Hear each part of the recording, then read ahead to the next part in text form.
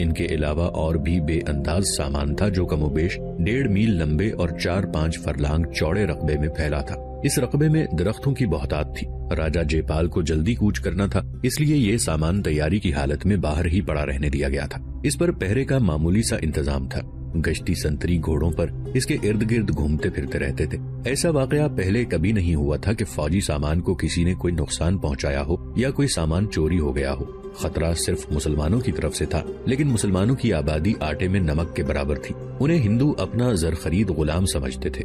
یہ تو راجہ جے پال کو معلوم تھا کہ اس کی ریاست میں غزنی کے جاسوس موجود ہیں، لیکن اسے کبھی گمان نہیں ہوا تھا کہ مسلمان اس کی جنگی قوت کو کوئی نقصان پہنچا سکتے ہیں۔ اسی خوش فہمی میں مبتلا ہو کر اس نے اتنے بڑے فوجی ذخیرے کی حفاظت کا وہ انتظام نہیں کیا تھا جو ہونا چاہیے تھا۔ ہندو رعایا کا تو اسے ڈر ہی نہیں تھا۔ اس نے پنڈتوں کے ذریعے ہندوؤں میں مسلمانوں کے خلاف اتنی نفرت پھیلا رکھی تھی کہ ہر ہندو یہ خواہش لیے ہوئے تھا کہ ان کا راجہ مسلمانوں کے ملکوں پر حملہ کرے اور مسلمانوں کو غلام بنا کر ہندو مت میں لایا جائے۔ اس مقصد کے لیے ہندوؤں نے اپنے راجہ کو مالی مدد دی تھی۔ انہوں نے ایک دوسرے سے بڑھ چڑھ کر روپیہ پیسہ اور سونا دیا تھا۔ مورخ لکھتے ہیں کہ ہندو عورتیں سود کاٹ کر بازاروں میں بیچتی اور آمدنی راجہ کے خزانے میں جمع کرا دیتی تھی۔ لہٰذا غزنی پر حملے کے لیے یہ جو فوجی سامان کے انبار اکٹھے کیے گئے تھے، ان میں ہندو رعایا کا خون پسینہ شامل تھا۔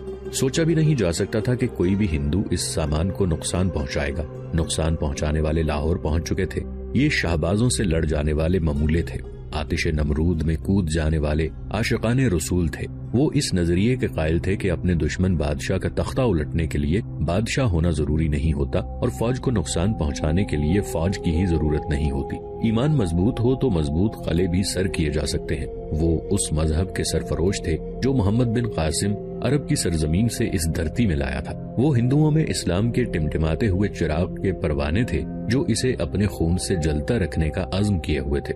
وہ آئے گھوڑوں پر تھے۔ ان کے 2 ساتھی شام کو عمران بلازری اور لاہور کے 2-3 اور ذمہ دار جاسوسوں کو لاہور میں اپنی موجودگی اور مقصد کی اطلاع دے کر شہر سے نکل گئے تھے۔ وہ غریبانہ سے کپڑوں میں ملبوس ذریعہ معاش کی تلاش میں مارے مارے پھرنے والے مسافر لگتے تھے۔ رات کو جب شہر سو گیا تھا، وہ شہر سے دور ایک جگہ اکٹھے ہوئے اور انہوں نے اس مقصد پر جس کی خاطر وہ آئے تھے جانے قربان کرنے کا حلف اٹھایا۔ ایک دوسرے سے ہاتھ ملائے اور ایک دوسرے کو خدا حافظ کہا۔ انہیں ایک دوسرے کو دوبارہ دیکھنے کی امید نہیں تھی۔ وہ زندہ واپس جانے کے لیے نہیں آئے تھے۔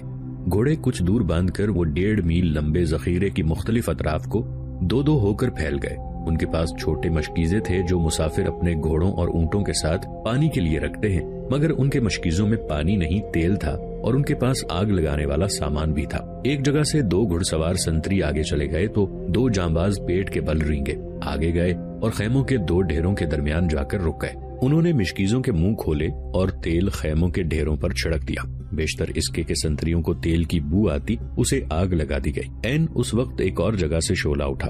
سنتریوں نے شعلے دیکھے تو انہوں نے گھوڑوں کو ایڑ لگا دی۔ وہ آگ کی دونوں جگہوں تک آئے تو کئی اور جگہوں سے شعلے اٹھے۔ 4 جانبازوں نے بیل گاڑیوں پر تیل چھڑک کر آگ لگا دی۔ بیشتر اس کے سنتری جان سکتے کہ یہ آگ کیسے لگی ہے۔ آگ لگانے والے نکل گئے تھے۔ وہ اپنے گھوڑوں تک پہنچے اور شعلوں کی روشنی سے دور رات کی تاریکی میں غائب ہو گئے۔ ہوا کی رفتار کافی تھی، شعلے تیزی سے پھیلنے لگے۔ سوئے ہوئے سنتری جاگ اٹھے۔ جاگے ہوئے سنتری شعلوں کے نرغے سے بچنے کے لیے بھاگ اٹھے۔ ان سب کے شور و غوغا اور ہڑبونگ نے شعلوں کی آواز کو اور زیادہ بھیانک بنا دیا۔ شہر میں جتنی بھی فوج تھی بیدار ہو گئی اور آگ پر ٹوٹ پڑی۔ آگ 1.5 میل لمبے اور اس سے نصف چوڑے علاقے میں پھیلی ہوئی تھی۔ درخت جھلس رہے تھے۔ فوج کے لیے آگ پر قابو پانا ممکن نہیں تھا۔ شعلے اتنے اونچے جا رہے تھے کہ کوئی فوجی قریب جانے کی جرت نہیں کرتا تھا۔ سپاہیوں کو حکم دیا گیا کہ اس سامان کو بچائیں جس تک ابھی آگ نہیں پہنچی تھی۔ شہر کی تمام تر آبادی جاگ اٹھی۔ مسلمان خوش تھے مگر ہندوؤں پر ہول طاری ہو گیا۔ وہ اس آگ کو آگ کے دیوتا کا قہر سمجھ رہے تھے۔ مندروں کے شنکھ اور گھنٹے بجنے لگے۔ پنڈت بہت سے ہاتھوں والے بتوں اور مورتیوں کے آگے 2 زانو ہو کر گڑ گڑانے لگے۔ عورتیں مندروں کو دوڑ پڑیں۔ مردوں کو فوجی ہانک کر لے گئے۔ پانی کنووں سے نکالا جا رہا تھا۔ گھوڑا گاڑیوں پر پڑے مشکیزے اور ڈول لا کر دریا سے پانی لایا جانے لگا، لیکن شعلے اتنے اونچے اور ایسے ہیبت ناک تھے کہ نصف میل دور بھی ان کی تبش ناقابل برداشت تھی۔ تمام سنتریوں کو قتل کر دو، انہیں اسی آگ میں زندہ پھینک دو۔ یہ راجہ جے پال کی آواز تھی۔ وہ چیختا چلاتا حکم دیتا اور گالیاں بکتا پھر رہا تھا۔ جس گھوڑے پر وہ سوار تھا وہ گھوڑا بھی اس کی طرح غصے اور بے چینی میں ہنہناتا تھا۔ اس کے وہ درباری، وزیر اور جرنیل اس کے عتاب سے خوفزدہ فوجیوں اور شہریوں کو حکم اور گالیاں دیتے پھر رہے تھے۔ تھوڑا سا سامان بچایا جا سکا۔ راجا اور اس کے جرنیل وغیرہ تھک ہار کر پیچھے ہٹ گئے اور بے بسی کے عالم میں آگ کے قہر کو دیکھنے لگے۔ یہ معلوم کرنا بہت مشکل ہے کہ آگ کس طرح لگی ہے، راجا جے پال نے کہا۔ یہاں جتنے سنتری تھے انہیں قید خانے میں لے جا کر الٹا لٹکا دو۔ ان میں سے جو بتا دے کہ آگ کس طرح لگی تھی اسے اتار لینا، باقی سب کو اسی حالت میں مرنے دو۔ 15 دنوں کے اندر اندر یہ سامان پورا کرو۔ میں چند دنوں میں کوچ کرنا چاہتا تھا، سبکتگین کے مرنے کی اطلاع ملتے ہی ہمیں کوچ کر جانا چاہیے تھا۔ اب جوں وقت گزرتا جائے گا سبکتگین کے جانشین کو تیاری کا موقع ملتا رہے گا۔ یہ مسلمانوں کا کام بھی ہو سکتا ہے، راجا کے وزیر ادے شنکر نے کہا۔ کیا مہاراج کے ذہن میں نہیں آئی کہ غزنی کے 2 قیدی بھاگ گئے ہیں؟ یہ ان کی کارستانی بھی ہو سکتی ہے۔ تمام مسلمانوں کے گھروں کی تلاشی لو، راجا جے پال نے حکم دیا۔ کسی پر ذرا سا بھی شک ہو اسے میرے سامنے لے آؤ۔ مسلمانوں کے گھروں سے جتنی نقدی زیورات اور اناج ملے وہ اپنے قبضے میں لے لو۔ لیکن راجا نے ذرا سوچ کر کہا، میں سوچتا ہوں کہ یہ لوگ اتنی جرت نہیں کر سکتے، یہ ناپاک قوم اس سے زیادہ جرت بھی کر سکتی ہے۔ ایک جرنیل نے کہا، آپ غزنی کے 2 قیدیوں سے ان کی فتح کا جواز معلوم کرتے رہے ہیں، وہ یہی ہے کہ اس قوم میں اتنی زیادہ جرت ہے جس کا آپ اندازہ نہیں کر سکتے۔ ہمیں ان کی یہ جرت توڑنی ہے۔ میں اپنی کمزوری کا اعتراف کرتا ہوں کہ یہ جرت ہماری فوج میں نہیں، اور یہ بھی کہ ہماری فوج کی جو نفری غزنی کے حملے سے بچ کر آئی ہے اس پر ابھی تک مسلمانوں کی فوج کا خوف سوار ہے۔ تو اپنے سپاہیوں کو بتاؤ کہ ہمارے دیوتاؤں اور مسلمانوں کے پیغمبروں کی لڑائی ہے۔ راجا جے پال نے کہا، انہیں بتاؤ کہ مذہب کی اس لڑائی میں جو ہندو مارا جائے گا وہ دوسرے جنم میں خوبصورت پرندوں کی شکل میں دنیا میں آئے گا اور کھلی فضاؤں اور خوشنما باغوں میں چہچہاتا اور اڑتا پھرے گا۔ راجا جے پال کے دماغ پر پنڈت سوار تھے، وہ حقیقت سے دور ہٹ گیا تھا۔ اس نے کہا، معلوم نہیں کس کے گناہوں سے دیوتا ہم سب سے ناراض ہیں۔ قربانی کے لیے وہ لڑکی مل گئی ہے جسے پنڈت تلاش کر رہے تھے، اسے ٹیلوں والے مندر میں پہنچا دیا گیا ہے، 15ویں روز اسے ذبح کر دیا جائے گا۔ مہاراج، جرنیل نے کہا، آپ کو برا لگے تو معاف کر دینا۔ فتح حاصل کرنے کے لیے ایک لڑکی کو ذبح کرنا کافی نہیں، فوج کے ہر آدمی کو ذبح ہونے کے لیے تیار ہونا پڑے گا، آپ کو بھی مجھے بھی۔ جب تک ہماری قوم ایسے بیٹے پیدا نہیں کرے گی جیسے یہ تھے جنہوں نے ہماری فوج کی 1 سال کی رسد جلا دی ہے، اس وقت تک ہم مسلمانوں پر فتح حاصل نہیں کر سکتے۔ آپ کا یہ خیال ہے کہ یہ آگ مسلمانوں نے لگائی ہے؟ راجا جے پال نے پوچھا۔ جی مہاراج، جرنیل نے جواب دیا، میں سیناپتی ہوں، آپ کی ساری فوج کا سربراہ ہوں۔ فوج کی ہر شکست میری شکست ہوتی ہے۔ میں حقائق اور حالات پر نظر رکھتا ہوں، میں وہموں اور خوش فہمیوں سے اپنا جی خوش نہیں کر سکتا۔ ایسا کروں گا تو آپ کا راج اور ریاست ناپید ہو جائیں گے اور آپ کا راج محل مسجد اور مسلمانوں کا مذہبی مدرسہ بن جائے گا۔ میں آپ کے ساتھ حقیقت کی باتیں کرنا چاہتا ہوں۔ یہ آگ مسلمانوں نے لگائی ہے، میں سنتریوں سے پوچھ چکا ہوں، آگ دیکھ بھی چکا ہوں۔ آگ سنتریوں کی غلطی سے لگتی تو کسی ایک جگہ لگتی اور سنتری خود ہی اس پر قابو پا لیتے، مگر یہ آگ 12-14 جگہوں سے شروع ہوئی اور پھیلتی گئی۔ تو کیا غزنی سے آگ لگانے کے لیے فوج آئی تھی؟ مہاراجا نے کہا، کیا شہر کی ساری مسلمان آبادی نے مل کر 12-14 جگہ پر آگ لگائی ہے؟ میں یقین سے کہہ سکتا ہوں کہ یہ آگ نہ غزنی کی فوج نے لگائی ہے نہ شہر کی مسلمان آبادی نے، جرنیل نے کہا۔ یہ کم از کم 10 اور زیادہ سے زیادہ 20 آدمیوں کا کام ہے، وہ جو کوئی بھی تھے بہت دلیر ہیں۔ اس قسم کی آگ لگانے والے آگ میں جلنا بھی جانتے ہیں، وہ صرف جلانے کے لیے نہیں بلکہ خود جلنے کے لیے بھی آتے ہیں۔ کیا ہم انہیں پکڑ کر زندہ نہیں جلا سکتے؟ راجا جے پال نے پوچھا۔ اگر ہم 10-20 مسلمانوں کو پکڑ کر زندہ جلا دیں گے تو کیا ہوگا؟ وزیر ادے شنکر نے کہا، 10-20 اور آ جائیں گے، ہمیں ان کی اس آگ کو سرد کرنا ہے جو ان کے سینوں میں جل رہی ہے، اسے یہ لوگ ایمان کی شمع کہا کرتے ہیں۔ ہمیں ان کا ایمان ختم کرنا ہے۔ درخت کے پتے توڑ توڑ کر مسلتے رہنے سے درخت سوکھ نہیں جایا کرتا، اس کی جڑ کاٹنی ہے۔ آگ پر آگ پھینک کر آپ اسے بجھا نہیں سکتے، آگ پانی سے بجھا کرتی ہے۔ آپ کو آگ کی طرح گرم ہو کر نہیں بلکہ پانی کی طرح ٹھنڈا ہو کر سوچنا پڑے گا۔ یہاں کے مسلمانوں پر آگ کی طرح نہ برسیں، ان میں جو سرکردہ لوگ ہیں انہیں انعام و اکرام، دربار کے رتبوں اور عورت کے حسن و جوانی کے جال میں پھانسیں۔ میری نظر ماضی میں وہاں تک جاتی ہے جہاں محمد بن قاسم اس دھرتی پر نمودار ہوا تھا۔ اس نے شمال مغربی ہند میں اسلام پھیلا دیا تھا اور یہ مذہب محمد بن قاسم کے دور حکومت میں پھیلتا اور ہمارا مذہب سکڑتا چلا گیا۔ محمد بن قاسم کے جانے کے بعد ہمارے پیشواؤں نے مسلمانوں کو اپنے رنگ میں رنگنا شروع کر دیا۔ تشدد اور دہشت گردی سے بھی اسلام کے فروغ کو روکا گیا اور دلکش طریقوں سے بھی۔ سب سے زیادہ کامیاب طریقہ یہ دوسرا ثابت ہوا۔ زر و جواہرات اور عورت نے مسلمانوں کے معاشرتی سربراہوں کو نہ ہندو رہنے دیا نہ مسلمان۔ اسلام کمزور ہوتے ہوتے چند ایک مسجدوں تک رہ گیا ہے۔ انہیں جسمانی مار نہ دیں، انہیں روحانی طور پر مردہ کریں، انہیں پیار اور محبت کا دھوکہ دے کر ان پر اپنی تہذیب کا رنگ چڑھا دیں۔ اگر ہم نے غزنی فتح کر لیا تو ہم یہ طریقے استعمال کریں گے، راجہ جے پال نے کہا۔ 2-1.5 میل کے علاقے میں پھیلے ہوئے شعلوں سے دور کھڑے باتیں کر رہے تھے۔ راجہ جے پال پیچ و تاب کھا رہا تھا۔ غزنی پر اس کا حملہ کچھ عرصے کے لیے ملتوی ہو گیا تھا اور غزنی والے فوج کے بغیر حملہ کر گئے تھے۔ اس آگ کا دوسرا اثر یہ ہوا کہ غزنی کے 2 مفرور قیدی نظام اوریزی اور قاسم بلخی راجہ کے ذہن سے اتر گئے۔ ہندو لڑکی رشی کو پنڈت ٹیلوں والے مندر میں لے گئے تھے۔ ٹیلوں والا مندر کوئی عمارت نہیں تھی، اس دور میں دریائے راوی کی گزرگاہ کوئی اور تھی۔ آج اسے بڈھا دریا کہتے ہیں۔ شہر سے تھوڑی دور دریا سے ذرا سا ہٹ کر 1.5 میل لمبا چوڑا علاقہ ٹیلوں اور گھاٹیوں کا تھا۔ ان کی مٹی کالی اور چکنی تھی، وہاں سلوں کی چٹانیں بھی تھیں۔ بعض ٹیلے سلوں اور کالی مٹی کی آمیزش کے تھے، لمبے بھی، گول اور مخروطی بھی۔ یوں معلوم ہوتا تھا جیسے یہ قدرتی نہیں بلکہ انہیں تراش کر ان شکلوں کا بنایا گیا ہے۔ ان کے ارد گرد درختوں کی بہتات تھی، لیکن ان کے اندر کوئی درخت نہ تھا، نہ ہی کوئی سبزہ تھا۔ راجہ جے پال سے پہلے کسی کے دور میں ہندو کاریگروں نے پختہ مخروطی ٹیلوں کو تراش کر مندر کے مخروطی اور لمبوترے گنبدوں کی شکل دے دی اور اس کے اندر تراش کر وسیع غاریں بنا دی تھیں جو بلند کشادہ کمروں جیسی تھی۔